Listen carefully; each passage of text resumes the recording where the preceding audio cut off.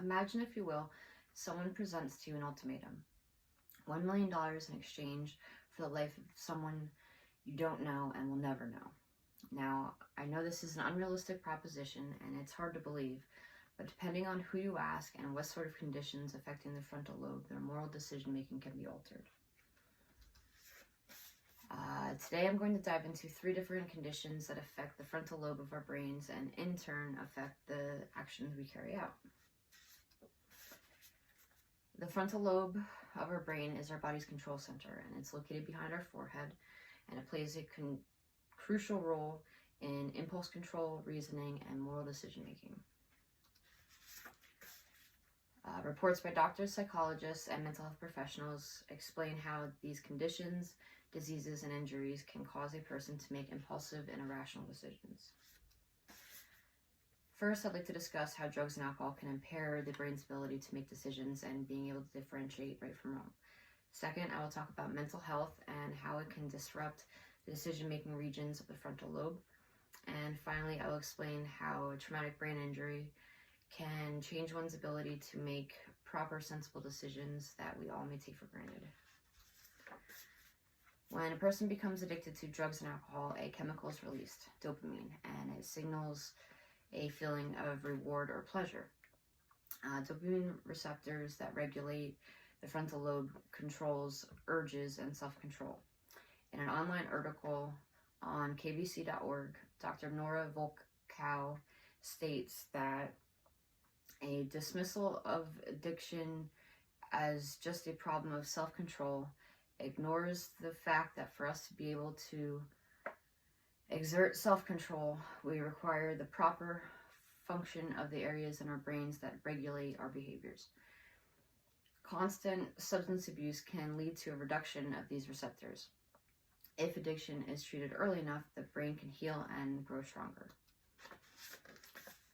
According to a study of prison inmates by Samantha Fady and Dr. Kent Keel, stimulant users often find it difficult to identify other people's emotions, particularly fear and ability to show empathy. These aspects play an important role in decision making. Addicts are more likely to choose an immediate reward, even if it leads to a negative future consequence.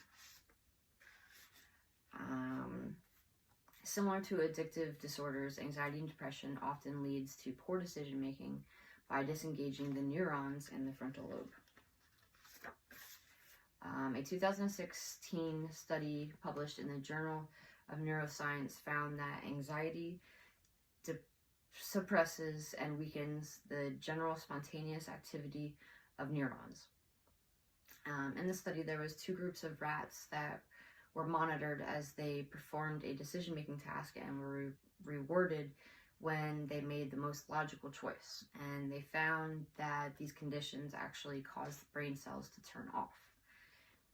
During times of high stress and anxiety, you're actually more likely to make poor decisions, which can make the conditions worse. As you transition from childhood to adolescence, your brain is undergoing all kinds of neural growth, and the decision-making part of your brain isn't even mature until you're 25 years old. Ironically, at 16 you can drive, 18 you can vote, and 21 years old you can drink. Of all 3 conditions, a traumatic brain injury, or a TBI, causes the most severe changes in one's ability to make right or wrong decisions, or even the capability to make a decision at all, depending on the damage a person sustains. Decision-making involves all kinds of cognitive functions to work together. The way that somebody who has experienced a TBI is affected will vary. Simple decisions can feel almost impossible. The frontal lobe is particularly vulnerable to a traumatic brain injury due to its location at the front of the brain as well as its overall size.